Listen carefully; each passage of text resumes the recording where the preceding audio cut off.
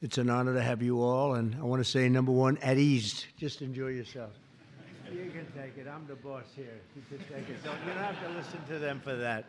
Just, you're going to have a good day, and if it's okay, I'm going to invite you over to the Oval Office when we're finished and present you with a little something special, okay? Sure. Let's finish up, and we'll head over to the Oval Office together. Okay. Today, it's a great honor to officially present the Commander-in-Chief's Trophy to the 2024 Navy Midshipman Football Team, a great team, really great team, great people.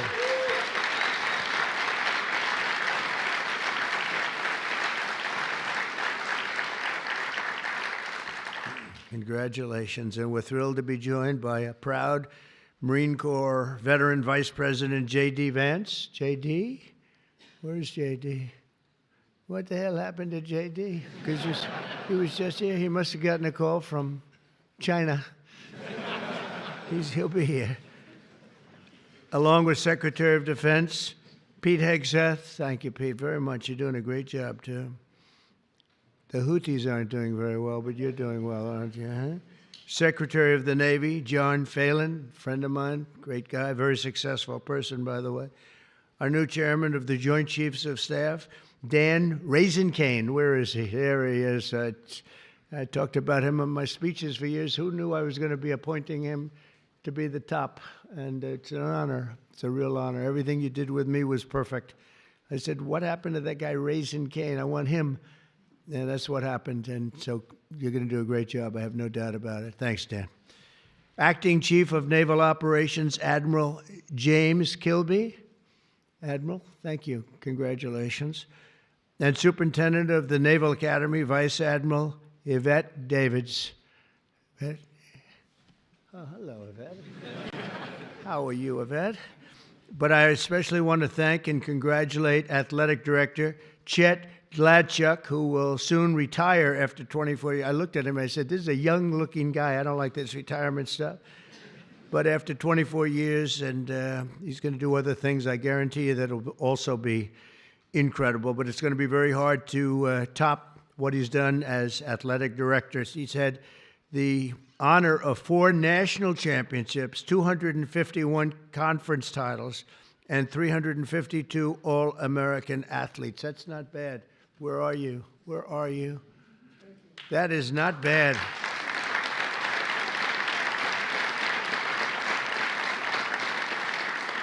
So you had all of these All-American athletes.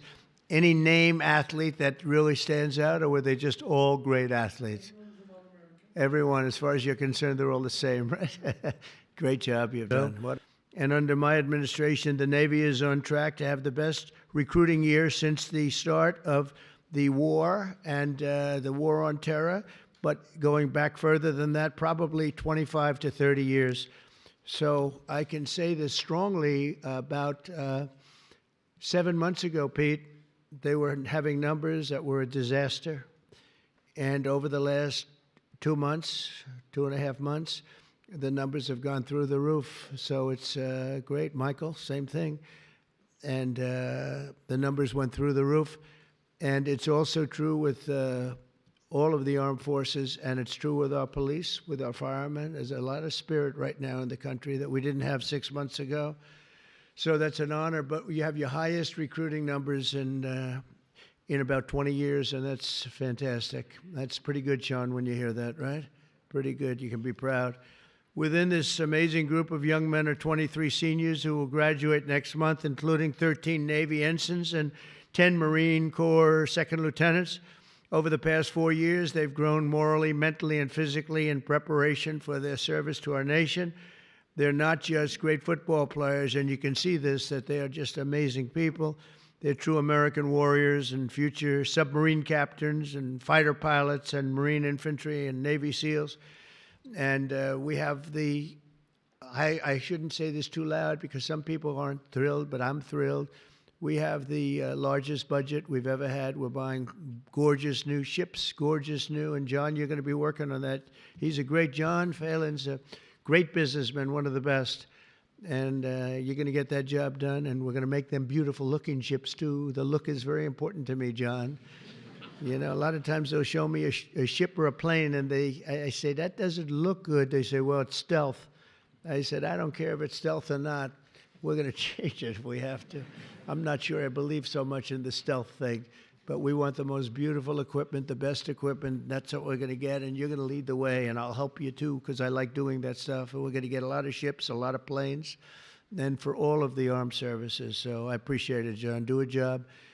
And I just say to the gentleman behind me, your commitment is something very special. And as long as I'm Commander-in-Chief, the United States will always have the strongest, fiercest, and most powerful Navy on the sea. And again, we're going to restock it like it hasn't been restocked before. We're going to have $1 trillion budget. Think of it. You know, it's like crazy. It's crazy, but more than anybody else by double. And we're going to be in a league. I rebuilt our armed forces in my first term, got them almost entirely rebuilt.